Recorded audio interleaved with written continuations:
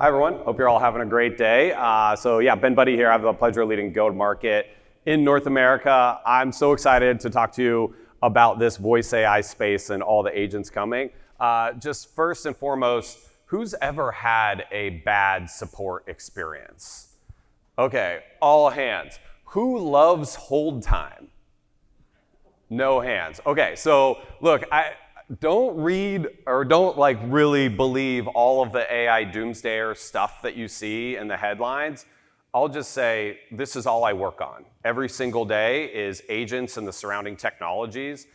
And this world that we're entering is one that I deeply believe is one of deep human flourishing, where we don't have hold time, where nothing is lost in translation, and where this notion of you waiting on companies to support you and get your answers back will be a thing of the past. And in reality, you'll have thousands, if not millions, of agents that are out there that are waiting on your beck and call so that they can help you learn and be productive and have even more creativity in your world. So I'm just gonna go ahead and start us off here. We like to say 11 Labs speaks for itself, and just have a little fun with it, because this technology is fun. So I'll give you a little welcome here.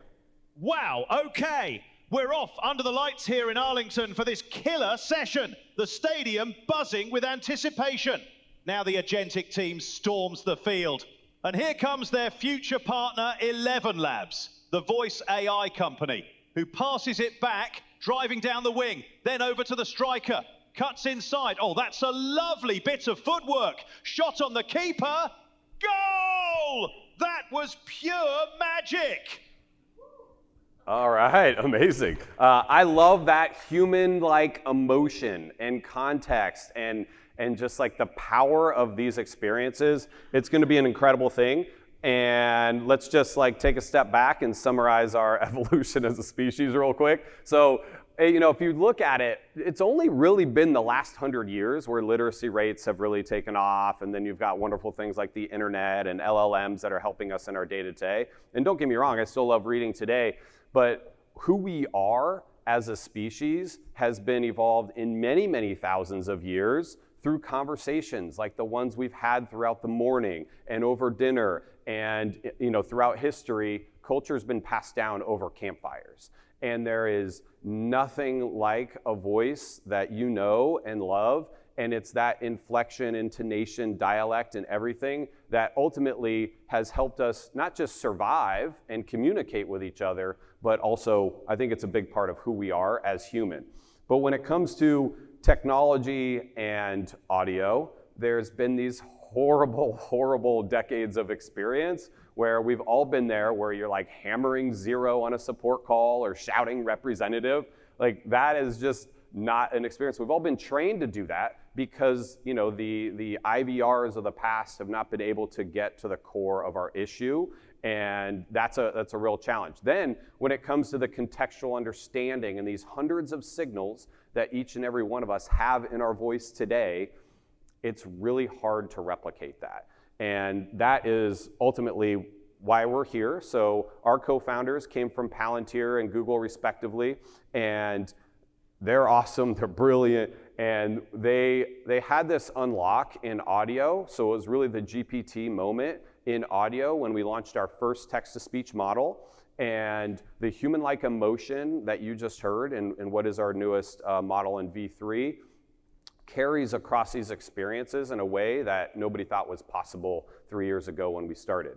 Funny thing enough about these best friends who grew up in Poland, still to this day in Poland, a single male voice actor narrates the entire film for Oscar-winning films. And so you have men, women, children, animals, every single character in a movie is narrated by a single actor. And they grew up thinking, what a terrible experience. We have to figure out how to solve this. And then with their experience deploying AI in very regulated and heavily secure industries and companies across both Palantir and Google, they really focused on audio, and that is something that has really helped us. So 11 Labs, we are a voice agent and AI company that ultimately is narrowly focused on audio, and that's really helped us so far get to over 5 million monthly active users. And it's been amazing to see these use cases across the board. I'm not going to spend too much time on the creative platform side, but today Adobe just announced at their big Adobe Max conference that we're going to be embedded in their creative platform across, if you think about like voiceovers and narration and dubbing, there's some wonderful creative use cases. We also have the world's only, to my knowledge, music model that ultimately partners with music providers to be able to create some magical experiences over all things audio, not just the language, but music itself. So we're not going to spend too much time on the creative platform.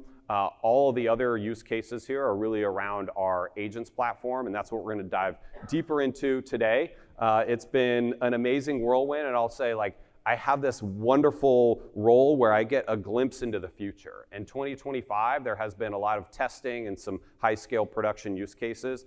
I think 2026 is going to be the year of agents. You all have probably heard a lot about agents already, and that is where large enterprises, large institutions will deploy these agents at scale, and they will all be at your beck and call to help you learn, grow, and get your questions answered and just get shit done. So with that, there is this perception in the market about voice agent, the architecture. It's basically like, okay, Ben, I kind of get it. There's been some talk about this like voice to voice, but that stuff's hard to measure and guardrail and control. So really, every production use case I've seen across all enterprises, government institutions, et cetera, have gone with this approach. And it's ultimately, okay, you got to listen, speech to text. You have to understand what are we going to say back, and then there's the text to speech. And so it's these three legs that are very common, but in real enterprise-grade deployments, the reality is there's a lot more going on behind the scenes, right? You need to be able to have not just the intelligence at the core, but you also need to be able to reference that knowledge base or RAG. You need to be able to integrate in your workflow, in your systems across all of these tools, and you need to have it be an actual lifelike experience that has good turn taking and interruption and background noise detection, and ultimately put it all together so that all of this is behind the scenes and you just get the answers to your question in a wonderful experience, and then you move on about your day. And these are the most common challenges I see with the many agent providers out there. Ultimately, it's really hard, first and foremost, to understand what is the user actually saying. When you get into the vertical specific or function specific or persona specific issues, it's really challenging to get to a word error rate. Like the average is over 10%. And if you screw up 1 out of 10 words, that's really bad, especially if that word is an important word in the context. So you start with word error rate, and then you get to a point where the reliability, the control, the testing is really hard to manage. There's, of course, latency as you're going deeper and deeper into systems and tools.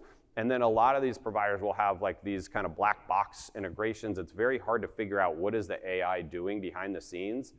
Not a good thing if you're running the successful businesses that you all do. And then when it comes to the actual interaction with the customer, having this robotic experience that looks at one word at a time, no thank you. Nobody wants that. You want a lifelike experience with that full emotion. So with that, there are so many different use cases. We have already talked about some for folks that have been up here today.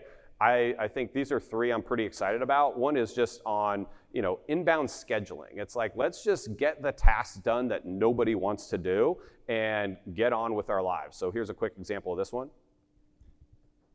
Hi, I need to book an appointment with Dr. Smith sometime next week, please. Sure, and just to confirm, are you Jane Reynolds? Yep, that's me.